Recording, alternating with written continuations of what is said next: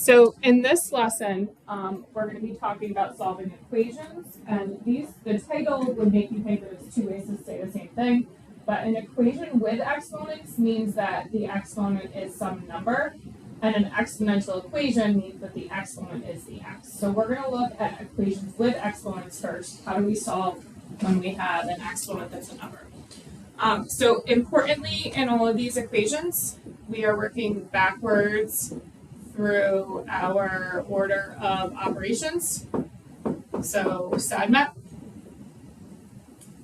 So looking at my first equation, I'm trying to isolate the x. So the first thing I'm going to move is my addition and subtraction, which is the 7. And then I'm going to deal with multiplication and division.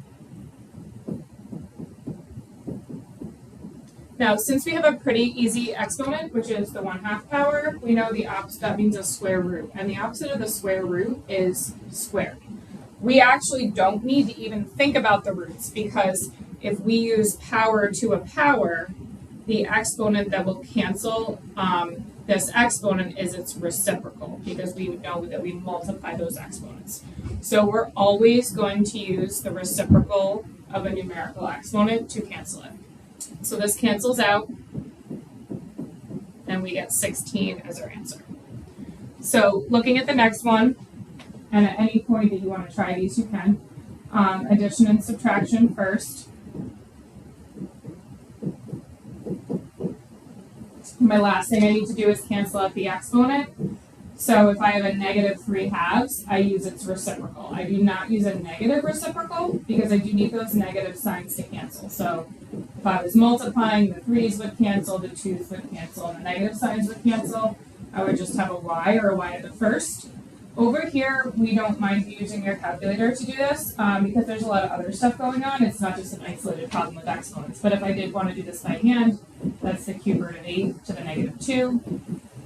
Which is 2 to the -2, which is 1/4 for my final answer. Looking at the next one, if we see roots instead of exponents, I do want to change that over to exponential form. So that's to the 4/3. So to cancel out that exponent, I have no other operations to do first on this one. It's a simpler equation. I use the 3/4 exponent. So I'll do this one in my head. So the 4th root of 625 is 5, and 5 to the 3rd is 125. Looking at the next one, this is our first one with parentheses, right? So we're going to first take care of the multiplication and division. We're not going to start with addition and subtraction because the addition and subtraction is in a parentheses.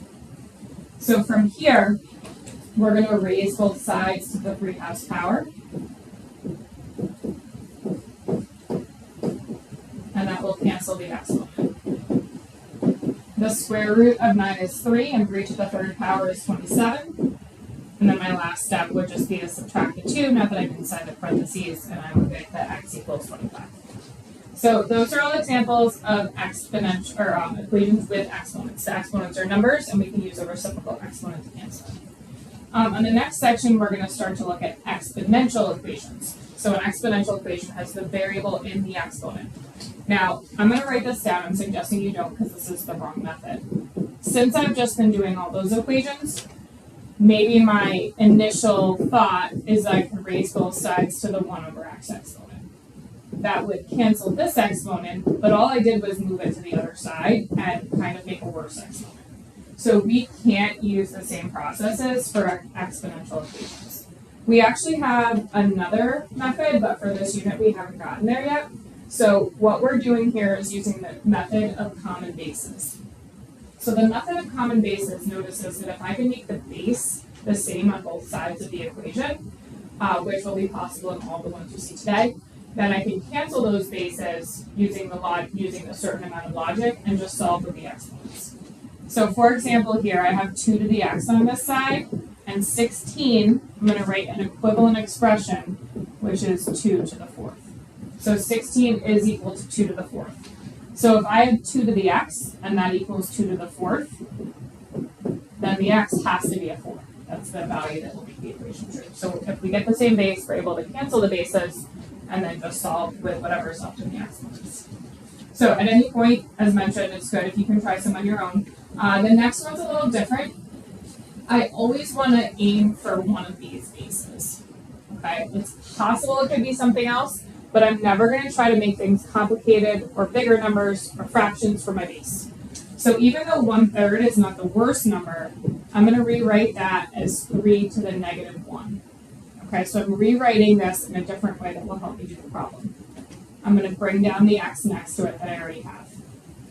Then I notice that 27 is 3 to the 3rd, and you will see how the facts that we've been practicing doing quizzes on will really help with these. So then I can cancel the 3's. I get negative x or negative 1x equals 3, which means that x equals negative 3.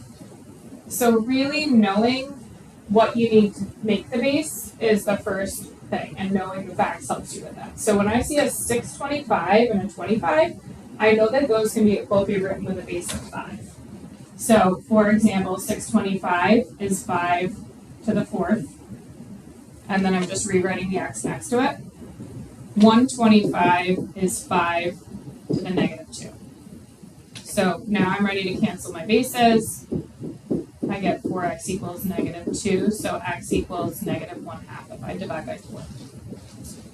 The next one, I need to use a little bit of reverse order of operations, SADMAP, right, because I have that 14 there, so that does need to be moved over before I even think about anything with exponents. And I get 36 equals 6 to the 3x minus 4. I notice that 36 can be written as 6 squared. And now that the bases are the same, I can cancel them. So we can get into a little more complex equations. So here I have a little bit more work to do. So I'm going to move over to 4, add the 4 to both sides, and I get 6. And then divide by 3, and I'm going to get 2. And any of these can be plugged back in to check to make sure they work. Like any equation, we don't really ever get extraneous roots or things that we need to cross out on these, but if you want to check to make sure you have the right answer, that's always a good idea.